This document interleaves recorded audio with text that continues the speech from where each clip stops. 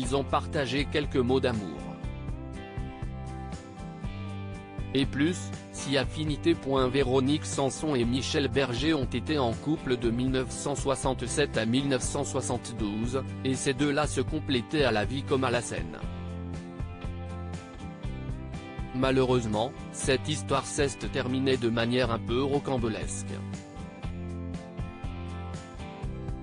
La chanteuse a rencontré Stephen Stills à l'Olympia en 1972 et elle a vécu un véritable coup de foudre alors qu'elle n'était pas un cœur à prendre. Plutôt que de jouer sur deux tableaux, elle était partie un matin, prétextant aller chercher des cigarettes, pour ne jamais revenir. Il fallait que je le fasse en lieu et place, Véronique Sanson avait pris l'avion pour rejoindre Stephen Stills en Amérique. J'ai ressenti un appel du large, a-t-elle expliqué, le 7 février 2023 dans l'émission En Aparté, sur Canal+. Et même si ce que j'ai fait n'a pas été fait avec la plus grande élégance, il fallait que je le fasse. Il fallait que j'y aille. J'avais envie de connaître un autre continent, un autre monde, une autre manière de travailler, d'approcher la musique aussi. J'ai appris tellement de choses en suivant les tournées de Stephen. J'ai vu du pays. Ils ont traversé les routes main dans la main.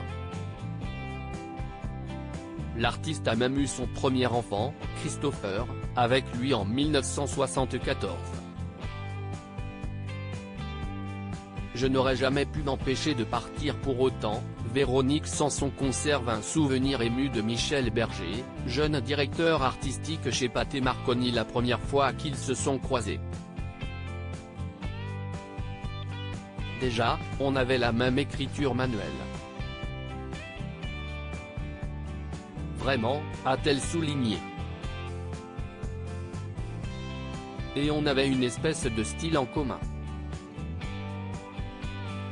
J'aurais pu composer ce qu'il composait et inversement. Je ne sais pas comment dire ça, si est très complexe à expliquer.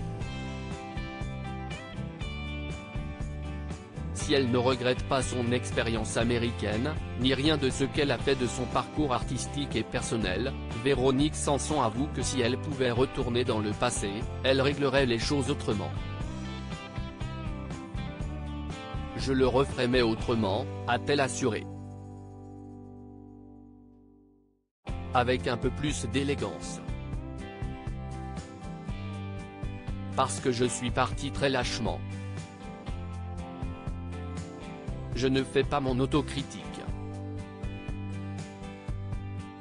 Je crois que je n'aurais jamais pu m'empêcher de partir aux États-Unis. Ça fait un peu bêta de dire ça, mais c'était écrit.